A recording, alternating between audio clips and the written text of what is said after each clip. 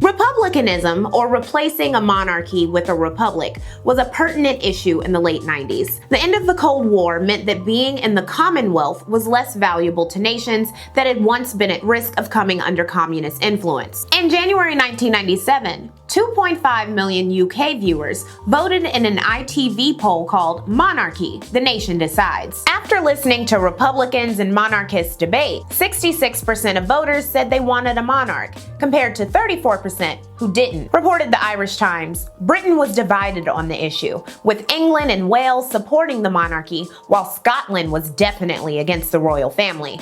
In Northern Ireland, 64% were in favor of a monarchy and 36% against. Nearly half of those polled, 48%, believed the monarchy would not survive another 50 years, while 35% said they didn't support the royal family.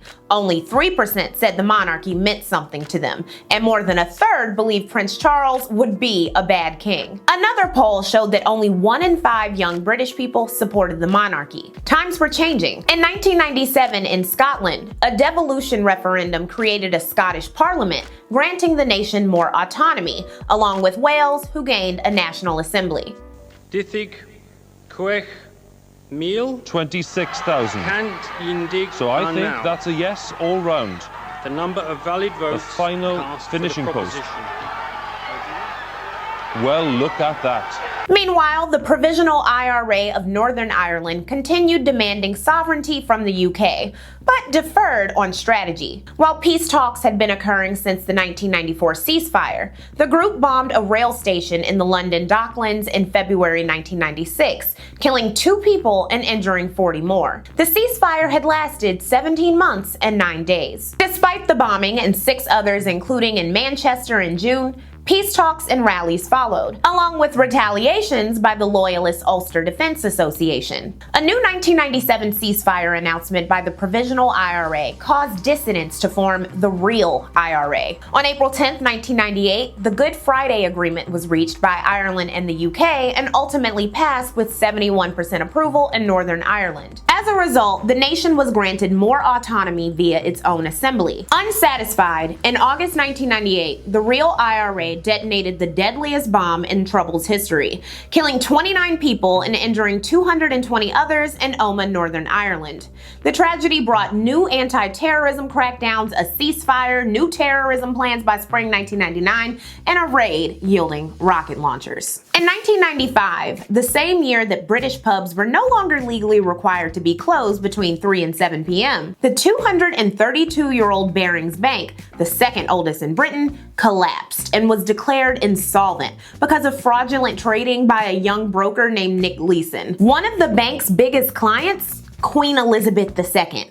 But this was just one of many headaches for the Queen. In October 1995, a Montreal radio host pretending to be the Canadian Prime Minister pranked her with a phone call, reported The Independent, believing she was speaking to the Prime Minister, who was fighting to hold Canada together. The Queen held a 17-minute telephone conversation at Buckingham Palace in which she agreed to deliver a television address calling for national unity. Quebec voters very narrowly voted against sovereignty from Canada in their 1995 referendum. Also that year, the Queen visited South Africa, the first royal in almost 50 years, symbolizing that the country was once again accepted into the international community. Thousands of people lined Cape Town's waterfront. Many could remember the Queen's only other visit here almost 50 years ago. This time she's come as head of state of a foreign but friendly nation to endorse the historical changes brought about under South Africa's new head of state. The handshake with President Mandela marked the start of a tour that has immense political overtones for both countries. With Mr. Mandela was his granddaughter. It was a perfect setting for the grand ceremonial of this official welcome. The Queen, who's here too as head of the Commonwealth to which South Africa is recently returned, heard the national anthems of the old and new. At the President's official residence in Cape Town, the Queen demonstrated her high regard for Mr. Mandela by awarding him one of the most exclusive honours in her personal gift, the Order of Merit. He becomes only the second living honorary member of the order outside Britain. The other is Mother Teresa of Calcutta. Soweto, the heart of the struggle against apartheid, cheered the Queen's arrival. Hundreds of school children in this sprawling township had been given time off to see her. And a sight unthinkable here just a year ago, children perched on the top of an armored police vehicle. The Queen saw little of real township life. Instead, she was taken to a British-aided project that helps disabled people to earn a living. Many, like the man who runs it, were paralyzed by police bullets in the Soweto uprising 20 years ago. We feel great, we feel part and parcel of the society, we feel important today. Said then Deputy President Thabo Mbeki, it signals the strength of relations between this country and the United Kingdom, and I think it is particularly good that she has come so soon after the change of government here. Nelson Mandela visited Buckingham Palace the following year as a guest of the Queen, further strengthening relations. During an October 1997 trip to India, Elizabeth and Philip's journey to the site of a massacre perpetrated by the British Indian Army in Amritsar 78 years earlier triggered protests. In an act of contrition for Britain's colonial past, Queen Elizabeth came to this Punjab city today and paid 30 seconds of silent homage. She removed her shoes and laid a wreath of white and gold marigolds at a pink granite memorial at the walled garden, where a British officer administering martial law ordered 50 soldiers to open fire on a crowd of about 10,000 unarmed Indians protesting, reported John F. Burns. Colorful buntings decorated this religious town, and a huge police bandobast was in hand to take care of the small group of protesters. All present in Amritsar to greet Queen Elizabeth and her husband, the Duke of Edinburgh, during their day-long visit. Descendants of those killed in Jallianwala Bagh firing called for the Queen to apologize. Although the Queen did not tender a formal apology, the very fact that she laid a wreath in the memorial and showed her distress at this horrific incident was interpreted as a sign of atonement. Continued Burns, some Indians delighted in the fact that the granddaughter of King George V, Emperor of India at the time of the massacre, had acknowledged the wrong done. But others were angry that the Queen, during her 15-minute tour of the site, had stopped short of the more explicit apologies the Japanese and German leaders have offered for atrocities in World War II. Bubbling alongside the Queen's diplomacy visits was the drama of the royal family. Take Princess Diana's November 20th, 1995 interview on BBC One. 22.78 million British people and 200 million more worldwide watched as the princess divulged intimate details of her private life and relationship with the royal family to Martin Bashir. The interview, which would later be investigated for being conducted in an unethical fashion, was so secretive that even the heads of BBC weren't informed that it was taking place, as one was married to one of Queen Elizabeth's closest pals. Diana, who had been separated from Charles since 1992, laid bare her experiences with postpartum depression, bulimia, and infidelity on her part and his. She said of Charles's mistress, Camilla Parker Bowles, "There were 3 of us in this marriage, so it was a bit crowded." Diana also discussed identifying with societal rejects and made it clear that she wanted to be an ambassador for the United Kingdom despite the firm's attempts to discredit her. Cheered Sarah Leal for the New York Times. Not only did she firmly defeat her husband, Prince Charles, in their battle for public sympathy, but she also succeeded in trading her fairy tale princess image for a new and more contemporary one. Feminist role model. Harsh members of the press, however, said Diana wanted to manipulate the media in public before announcing a divorce. The month after the interview aired, the Queen advised the couple to divorce. They filed in early 1996 and it was finalized on August 28th. Diana received £17 million in the settlement and an additional $400,000 a year. The former couple signed a confidentiality agreement that barred them from discussing their marital life, making Diana's 1995 interview all the more significant, wrote Edward Pilkington in The Guardian. In just 1 hour, in front of a viewing public of 15 million, she destroyed the image that generations of sovereigns have strived to create for more than 100 years, of a contented, caring, and united royal family.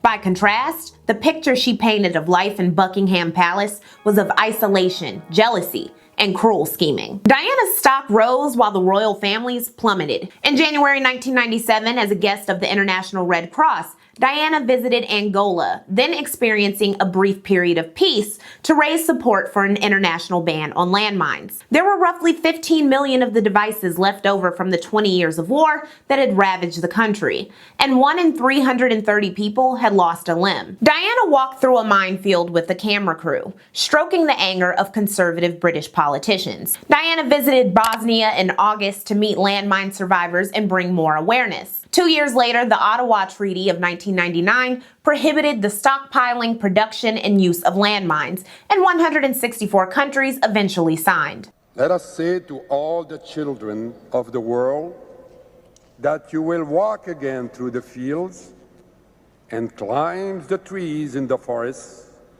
in the world free of mines. Diana would not live long enough to see this victory or continue her various philanthropic efforts. Her level of fame and interest made her a frequent target of aggressive paparazzi. On August 31st, 1997, she and her boyfriend, Dodi Fayed, were killed in a car crash while being chased by paparazzi through a tunnel in Paris. Dan, 7 freelance photographers remain in custody tonight as investigators probe whether they were in any way responsible for the death of the Princess of Wales and 2 other people. Police have also confiscated 20 rolls of film from those photographers. They're developing them and searching for clues. But also, here on the streets of Paris, people are mourning the loss of the most photographed woman in the world. The princess died in a tragic accident last night. French police say she and her companion, Dodi Al-Fayed, were trying to dodge paparazzi. Their Mercedes crashed at high speed in a tunnel along the River Seine in central Paris. Al-Fayed and the driver were killed instantly. It took more than an hour to cut Diana from the wreckage. She suffered severe chest injuries and died 4 hours later. With an investigation underway into the role photographers may have played in the accident, there was some anger today. I think the paparazzi are guilty. But most of those who turned the crash site into a memorial came just to mourn the woman who wanted to be Queen of Hearts. It's very terrible. It's terrible. She was the most loved member of the royal family, if she still is even a member of the royal family. She's the one that I think we all connected with. Diana's former husband and her 2 sisters came to Paris to claim her body. Hundreds of silent onlookers lined the street outside the hospital where she died, her coffin today draped in the flag of the British monarchy. Diana's funeral was watched by 2 billion people worldwide. Millions of mourners poured into London for the September 6th funeral at Westminster Abbey and left mounds of stuffed toys, flowers, and gifts at Buckingham Palace. Her friend Elton John issued Candle in the Wind 1997 in her memory, which sold over 33 million units to become the highest selling single of all time. Large crowds who admired or who were directly impacted by Diana's HIV/AIDS, poverty, and landmine activism turned out to grieve internationally in San Francisco, Paris, Angola, Bosnia, LA, and Egypt. And as discussed in this video on my channel, the suicide rates rose by 17% in the weeks following Diana's death in the UK. The reputation of the royal family had already been under scrutiny, so Diana's tragic death caused more speculation and conspiracy theories. Fayed's father, Mohammed, who owned Harrods department store, believed that the crash was a conspiracy by the MI6 and the royal family, who didn't fly their flags at half-mast at Buckingham Palace to honor Diana. Overseas, American celebrities like George Clooney raged about the dangerous behavior of paparazzi. Princess Di is dead. And who should we see about that? The driver of the car, the paparazzis, or the magazines and papers who purchase these pictures and make bounty hunters out of photographers. And Diana was hagiographed as a victim of bloodthirsty paparazzi and the firm, even by media outlets who had once been extremely critical of her, leading to criticism by Christopher Hitchens and Yvonne Roberts. Wrote the latter in 1998, "Imagine this on 31st August in the year 2025. Your granddaughter reads of the canonization of Diana. By then, of course, it's common to hear of Princess of Wales dolls and miniature haute couture who occasionally weep blood and have the gift of healing. While strips of her auction ball gowns are already treated as saints' relics, the recipients of whispered prayers invariably fulfilled the power of myth." Outside Outside of the royal family and Princess Diana becoming like an angel, the UK had other problems. In December 1995, a gang of Filipino teens attacked a black student named William and Joe at St. George's Roman Catholic School in an affluent district. Headmaster Philip Lawrence intervened and was stabbed to death in the process.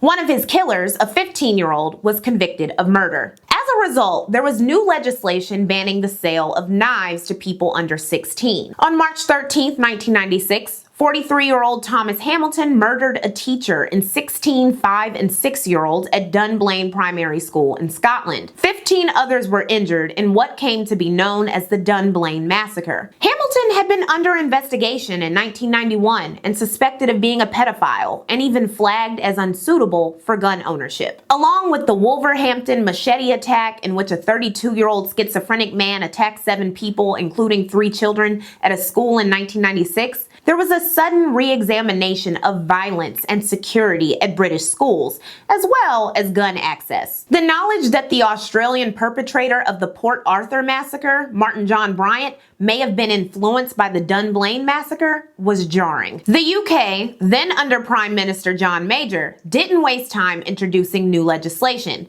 banning all handguns that weren't .22 caliber. While the UK was quick to act on new gun legislation, little was done for police and racial violence. In December 1995, in Brixton, 26-year-old Wayne Douglas died in police custody while being investigated for burglary. The initial autopsy said he died of heart failure, pointing to his past history of heart disease, but later investigation revealed that, according to BBC, Wayne had been held face down with his hands cuffed behind his back on 4 separate occasions. Hundreds of black and white teens and young adults rioted in Brixton for 4 hours, summoning comparisons to anti-police brutality riots in Brixton in the 80s. Reported the BBC, hundreds of black and white youths have taken to the streets of Brixton, attacking police, ransacking shops, and burning cars. An official pointed out that it was not Brixton rioting last night. It was a small minority of thugs and criminals who, as ever, were looking for the opportunity to embark on criminal activities. 22 people were arrested. Said a 39-year-old named Harold Davis, "Last night happened because the only time a black man is seen and listened to is when he comes out on the street. They cause £1 million of damage, and then people start taking notice." In 1996, the same year of an asylum bill that restricted employment opportunities and appeal procedures for undocumented immigrants, nearly a quarter of black Brits weren't registered to vote. Operation Black Vote was created by black volunteers and activists to increase turnout. With the 1997 general elections on the horizon, organizers identified 50 seats where there were enough black and other minority voters to challenge politicians who ignored their interests. Wrote organizer Simon Wooley, "The challenge for Operation Black Vote is to break the cynicism and total disillusionment that many black people, especially young people, have with British democracy." A recent poll conducted for the BBC's program, Black Britain, suggests that 86% of 16 to 25-year-olds would not be voting at the next general election. While some media outlets attempted to tie OBV to Tony Blair and the Labour Party, Simon Wooley rejected this, writing to the Birmingham Post, "We are determined to ensure that no political party should take the black community's vote for granted." OBV worked to rouse black and youth interests, and voter registration rose, generating lip service by white politicians to become more equitable. Also in 1996, the UK announced that mad cow disease was a growing threat. Mad cow disease had been around since the 80s, and by 1993, 3 in 1,000 British cows carried BSE. But it didn't reach broader attention until 3 humans died in 1995. The following year, the European Union banned British beef and sales dropped by 1/3, leading to John Major declaring that the UK would stop participating in EU business if the ban wasn't eased. The EU didn't relent on the beef ban until 1999, after the UK agreed to cull some 67,000 cattle, but the problem would continue, affecting cows and other European nations. In 1997, the same year that the Bank of England separated from government control, it became easier for UK residents to bring foreign spouses home to live with them. Immigration overtook natural population growth in England and Wales as the Labour Party toasted its first Prime Minister victory in 23 years. At 43, the Edinburgh-born Tony Blair was the youngest British Prime Minister since 1812. bringing a sense of freshness to the staleness of British politics. Peanuts. That's all we're left with after 22 Tory tax raises, campaigned the Labour Party. Blair was a centrist, a triangulator, a neoliberal, like Clinton over in the States. Under his leadership, the Labour Party was distinctly different, summed up by the New Labour, New Life for Britain manifesto of 1996, which outlined the party's new priorities. These included no rise in income tax rates, stamping out National Health Service red tape, and using the extra money for faster treatment, acceleration of punishment for repeat criminals, cutting welfare and providing more jobs, and smaller classroom sizes. Clause 4 had also been removed from the Labour Party constitution, which mandated the advocation of common ownership of industry. The popular tabloid The Sun backed Blair, but with the stipulation by Rupert Murdoch that Blair would not transition the British pound to the euro. Said Margaret Thatcher, describing the new Labour Party, "I see a lot of socialism behind their front bench, but not in Mr. Blair. I think he genuinely has moved." After Blair's victory, Oasis band leader Noel Gallagher was criticized for visiting with the new prime minister at 10 Downing Street. "You have to understand that from when I went to school and from when I was born, all we ever knew was conservative, Tory, right-wing government. They say he went to meet Tony Blair. No. I went to meet the Labour Prime Minister. Our parents always drummed into us that the Labour Party was for the people and the Tory Party was not.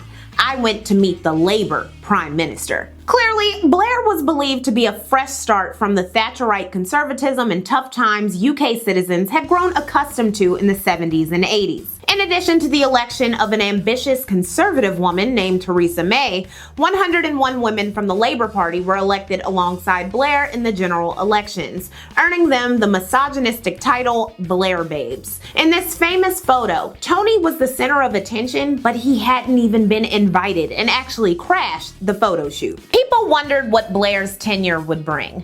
Some even feared that the UK would adopt the euro, introduced in 1999 and adopted by 11 nations, who weren't the UK, including Austria, Luxembourg, the Netherlands, and Spain. After internal struggles within the Labour Party, Blair lifted the ban on gays serving in the military and created a national minimum wage.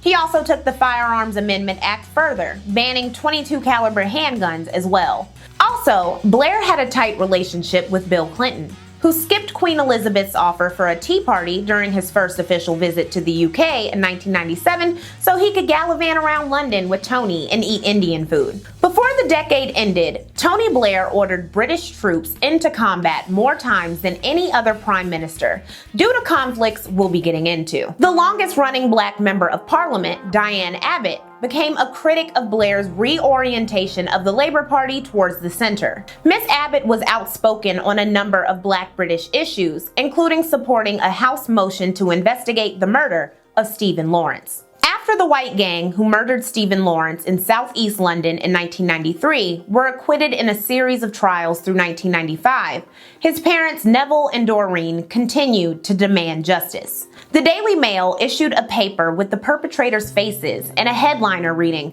"Murderers. The Mail accuses these men of killing. If we are wrong, let them sue us." Coupled with the House motion, Home Secretary Jack Straw launched a new investigation that would become the McPherson Inquiry. Not only did it lead to the eventual 21st century arrests and convictions of 2 of Lawrence's murderers, but it identified the police's failures and found the entire system to be racist. It offered 70 suggestions for reforming, including getting rid of the double jeopardy rule in murder cases. Jack Straw's son would enter the headlines when he was arrested for possession of marijuana amidst a growing momentum to legalize weed. In March 1998, roughly 11,000 people marched for legalization in London, including disabled people leading the protesters in wheelchairs. But medical cannabis in the UK was still a ways off. Tony Blair's election and initial years in power fused with the concept of UK pride known as Cool Britannia. British culture gained international attention in the form of the band Oasis and mega girl group the Spice Girls, literature like Harry Potter and Bridget Jones's Diary, and films like Trainspotting, The Full Monty, Shakespeare in Love, and Notting Hill. Canadian-British actor Mike Myers was inspired to embody and poke fun of 1960s British culture in 1997's International Man of Mystery, which spawned a franchise, including my favorite in the series, 1999's The Spy Who Shagged Me, which earned $312 million worldwide.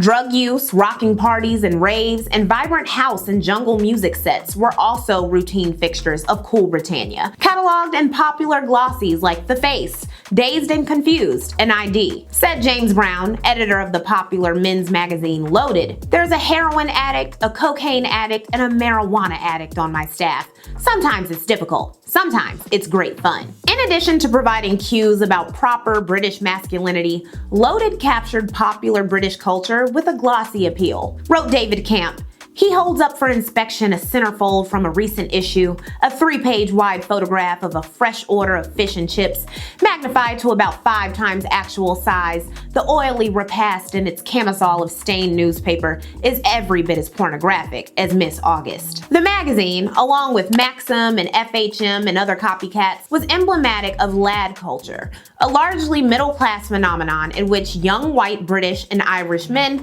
performed exaggerated masculinity practices, typically associated with the lower class. Claimed Faye Weldon, "Laddishness is a response to humiliation and indignity. The girl power, female triumphalism, which echoes through the land." Speaking of the Spice Girls and their motto, the Brits also had the soft power of a new celebrity love story: football bad boy David Beckham and Victoria Posh Spice Adams. Beckham reportedly received death threats in 1998 in the aftermath of being red carded during the FIFA World Cup because he kicked another player. England was eliminated, reported a newspaper. A radio poll in Manchester revealed that 61% of listeners never wanted to see Beckham play for England again. An effigy of Beckham was hung in the center of London, and popular tabloid newspaper The Mirror printed a special David Beckham dartboard so that fans could take out their frustrations on their fallen hero in the privacy of their own homes. Even if people hated Beckham,